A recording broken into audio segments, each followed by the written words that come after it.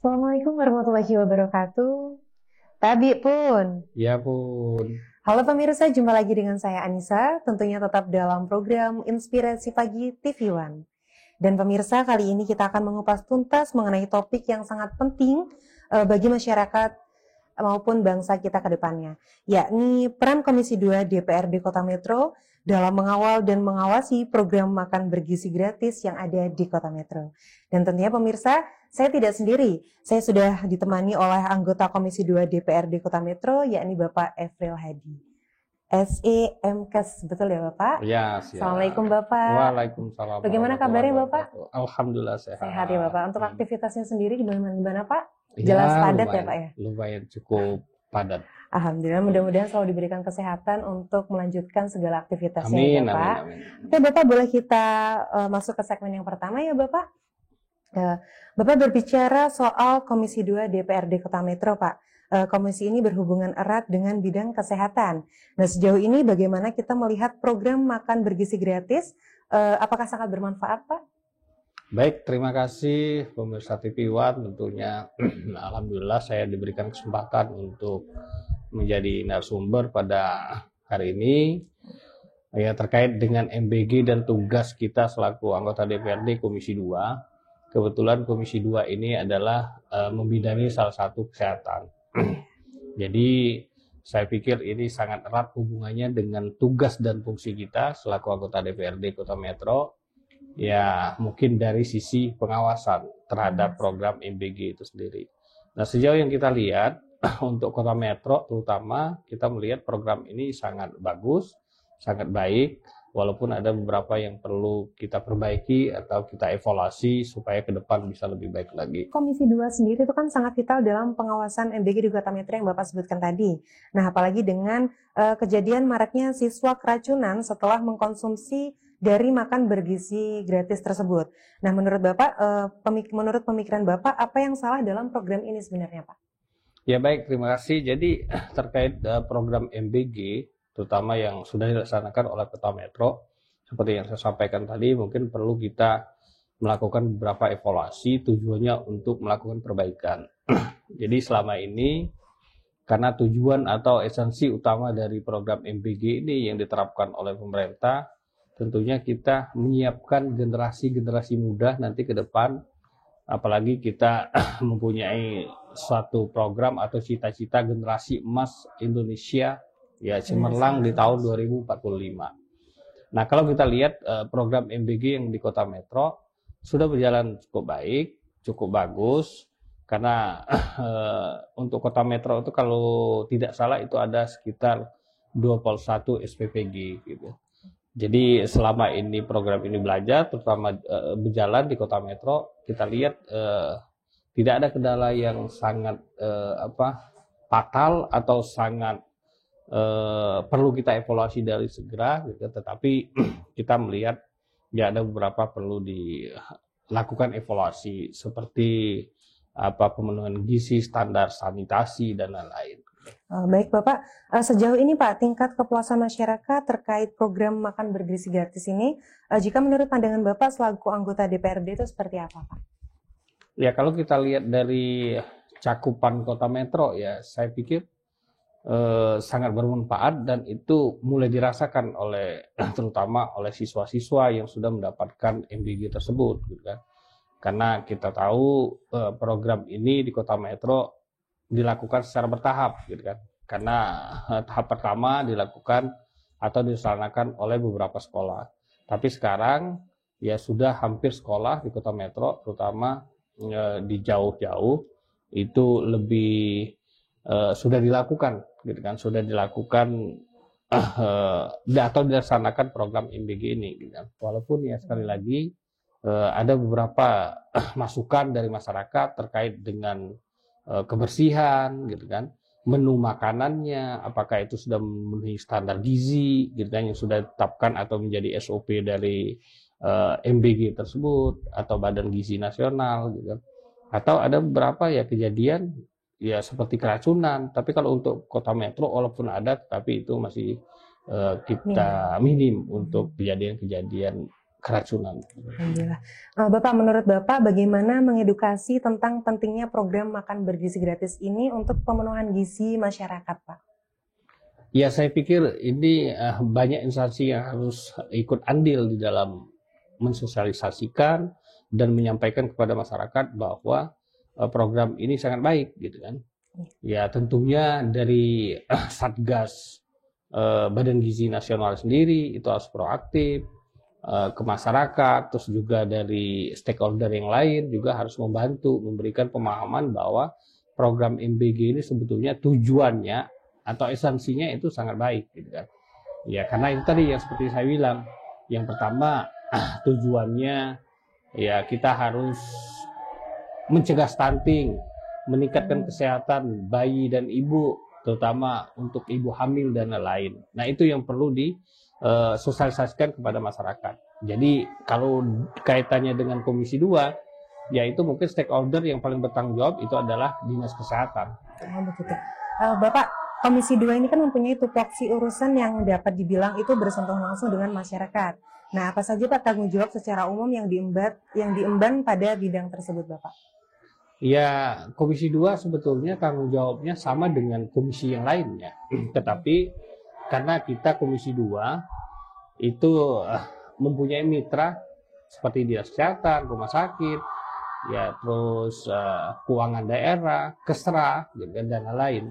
Jadi ya saya pikir kalau fungsi dan tugas kita selaku anggota DPRD ya hampir sama dengan komisi-komisi yang lain. Yang pertama ya kita mempunyai fungsi pengawasan, legislasi, dan budgeting, gitu kan. Nah, itu yang perlu dipahami semua bahwa tugas kita selaku atau fungsi kita selaku anggota DPRD itu, nah tinggal kita melakukan fungsi itu sesuai dengan mitra kerja kita masing-masing.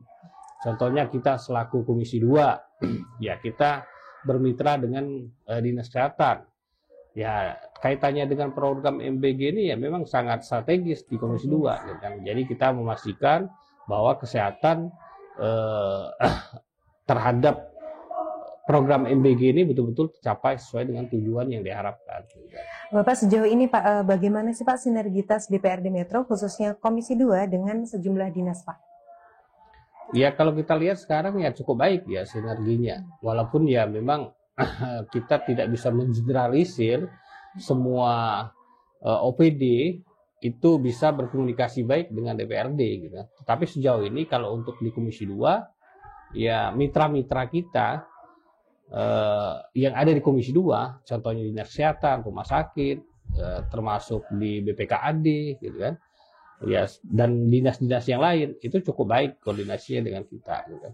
Jadi baik itu melalui forum formal maupun ya kita melakukan forum non formal seperti kita melakukan sidak dan lain-lain. Tapi kalau untuk formalnya kita melakukan hearing secara resmi kepada mereka kalau seandainya ada sesuatu yang memang kita harus lakukan diskusi atau klarifikasi kepada OPD-OPD yang bersangkutan. Bapak, perbincangan kita semakin menarik Pak, tapi sebelum kita melanjutkan dialog ini, pemirsa jangan kemana-mana, kita akan kembali setelah jeda iklan berikut ini.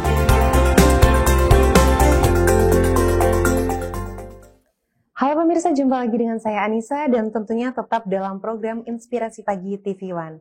Dan pemirsa, kita tetap bersama dengan narasumber yang luar biasa, Bapak Efril Hadi. Bapak, boleh kita lanjutkan perbincangan kita tadi, Bapak? Oke, Bapak. Berbicara masalah MBG di Kota Metro, Pak, jika melihat sudah ada puluhan dapur SPPG saat ini, bagaimana menurut Komisi 2 sendiri, Pak? Apakah dapur SPPG yang ada ini sudah memenuhi SOP yang ada atau mungkin ada masukan sendiri dari Bapak yang seperti apa gitu, Pak? Baik, kalau tidak salah untuk Kota Metro SPPG itu sudah lebih kurang sekitar 21 SPPG ya. 21. Ya, tentunya berdirinya SPPG itu secara bertahap. Nah, tapi kalau menurut pantauan kita, SPPG yang ada di Kota Metro, ya ada beberapa SPPG memang sudah memenuhi standar. Ya tentunya Satgas Gizi Nasional juga, terutama perwakilan Kota Metro, itu sudah sangat concern untuk melakukan pengawasan, gitu kan. Ya kita juga selaku anggota legislatif melakukan pengawasan juga terhadap SPPG yang sudah ada.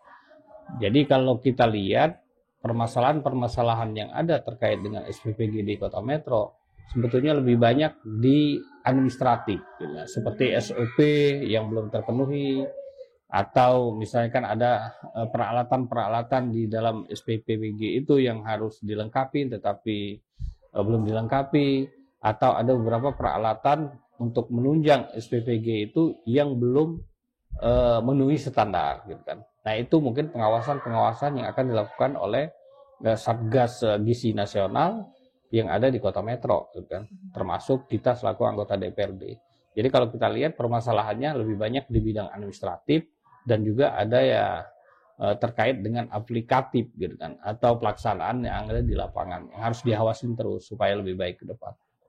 Bapak, pelayanan MBG saat ini kan menjadi trending topik di masyarakat ya Pak, tak terkecuali yang ada di Kota Metro juga. Nah, sebagai anggota DPRD Komisi 2 Pak, apa saja isu-isu yang sudah terdengar khususnya pada masalah asupan gizi bagi anak-anak dan ibu hamil maupun menyusui guna menciptakan sumber daya manusia unggul dan mengatasi masalah stunting Pak?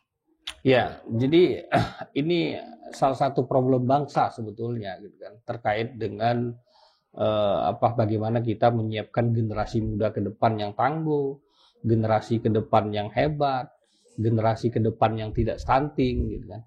Ya, jadi mungkin ini salah satu tujuan dari program MBG, gitu kan. Nah, kalau kita lihat sejauh ini yang sudah dilaksanakan tentunya butuh evaluasi karena program ini mungkin belum sampai 1 tahun ya kita laksanakan, terutama di Kota Metro. Jadi kita belum bisa mengevaluasi sejauh mana efektivitasnya ya terhadap tujuan tadi, ya dalam rangka kita menyiapkan generasi emas yang baik, ya tentunya kita mempersiapkan generasi yang baik itu ya kita harus persiapkan dari dia mulai sebelum dia lahir, gitu kan, atau pada masa hamil, gitu kan. Nah, itu tujuan dari MBG ini. Nah, kalau kita lihat sejauh ini ya kita belum bisa mengukur, gitu kan, tingkat keberhasilan atau efektivitas dari program ini, apakah memang bisa mencapai tujuan yang sesuai dengan kita harapkan tadi. Kalau menurut Bapak sendiri Pak, sebenarnya apa tujuan dan manfaat program dari makan bergizi gratis ini Pak? Ya, saya pikir tujuan dan manfaatnya sangat baik sebetulnya kalau seandainya kita lakukan sesuai dengan ya harapan atau program dari pemerintah sekarang ya, terutama Bapak Presiden kita Prabowo Subianto, gitu kan. Ya, salah satu tujuannya yang paling penting ya kita menyiapkan generasi emas ke depan lebih baik lagi. Kita harus mempersiapkan daripada saat hamil sampai dengan melahirkan dan sampai dia tumbuh kembang, gitu kan. Tujuannya supaya tidak stunting, gitu kan. Nah, terus yang kedua ya mungkin kita menghidupkan UMKM, karena kalau seandainya ini dilaksanakan secara baik SPPG itu ya multiplier efeknya kan sangat bagus, gitu kan. Mungkin dari sisi pemasok bahan baku di dalam SPPG atau MBG itu dan lain-lain. Jadi itu ya sangat baik sebetulnya multiplier. Akibatnya apa? UMKM kita ya tumbuh dengan baik dan lain-lain. Tapi sekali lagi ya kita harus melihat dan kita harus menilai ya sejauh mana efektivitasnya atau tujuan itu tercapai. Karena ini masih baru, ya tentunya kita butuh waktu untuk mengevaluasi ke depan. Nah, untuk membuka wawasan masyarakat sendiri Pak, bagaimana meningkatkan kesadaran masyarakat tentang pentingnya gizi seimbang Pak? Ya, ini sebetulnya kan program pemerintah sudah cukup lama ya, memberikan edukasi, sosialisasi kepada masyarakat ya terkait dengan gizi yang baik. Bahkan dulu kita pernah mendengar bahwa ada program 4 sehat 5 sempurna, gitu kan. Ya, ini salah satu upaya dari pemerintah untuk memberikan edukasi kepada masyarakat pentingnya gizi ya terhadap kita semua, baik itu bayi, ya ibu hamil, ya dewasa, termasuk lansia, gitu kan. Jadi ya kita harus perhatikan gizi itu. Ya, jadi ini sebetulnya ya sangat penting dan mungkin sekarang kita harus lebih betul-betul mengefektivitaskan ya OPD terkait dengan edukasi dan sosialisasi terhadap gizi ini atau pentingnya gizi untuk kita semua gitu kan. Jadi kita tidak berpikir untuk jangka pendek, tapi kita berpikirnya untuk jangka panjang. Ya sama seperti MBG ini sebetulnya tujuannya bukan untuk jangka pendek, tapi untuk jangka panjang. Supaya nanti kan generasi-generasi kita sekarang dilahirkan dengan sehat, dengan baik, tanpa stunting, sehingga nanti pada saatnya nanti ya tahun 2045 nanti memang betul-betul kita mempunyai generasi emas ya Indonesia cemerlang. Bapak, seringkali itu kan kita mendengar keluhan anak-anak yang susah makan atau tidak suka makanan sehat. Nah sebenarnya yang ingin dicapai melalui program makan bergizi gratis ini sendiri itu seperti apa Pak? Ya, ini salah satu tujuan mungkin dari MBG ini dibuat atau diluncurkan. Ya salah satunya kan untuk itu memberikan edukasi kepada anak-anak supaya kita itu harus makan bergizi. Karena sekarang ini kan pertarungannya luar biasa.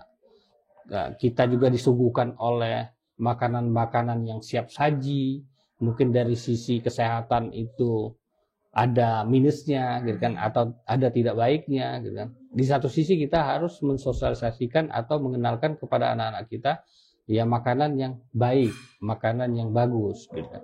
Nah jadi ini tantangan kita ke depan, gitu kan. Ya supaya kita lebih mensosialisasikan. Kalau seandainya memang program MBG nanti berjalan dengan baik, saya pikir ya kita bisa meminimalisir gitu kan makanan-makanan yang tidak sehat yang ada di masyarakat atau di anak-anak kita sekarang. Pemirsa jangan kemana-mana, kita akan kembali setelah jeda iklan berikut ini. Halo pemirsa, kembali lagi dengan saya Anissa dan tentunya kita masih dengan segmen mengapa makan bergizi gratis itu penting. Bapak boleh kita lanjutkan perbincangan kita yang tadi Bapak? Boleh ya Bapak. Jadi ini investasi jangka panjang untuk anak dan bangsa ya Bapak, betul? Kalau kita lihat dari sisi pemerintah daerah Pak, apa peran dan tantangan dalam menyukseskan program ini menurut kacamata Bapak sendiri Pak? Terutama untuk pemerintah daerah kota metro ya, saya pikir tidak banyak yang harus diperbaiki di dalam menjalankan MBG ini untuk kota metro. Karena kita tahu sendiri kota metro yang tidak luas, gitu kan, terus jangkauannya juga sangat baik, gitu kan, antar daerah, antar kecamatan, antar kelurahan. Jadi ya saya pikir kalau dari sisi distribusi, ya sisi pemenuhan pemerataan kepada seluruh wilayah yang ada kota metro, saya pikir itu sudah bisa kita atasi karena kan metro ya tidak begitu luas untuk kota metro.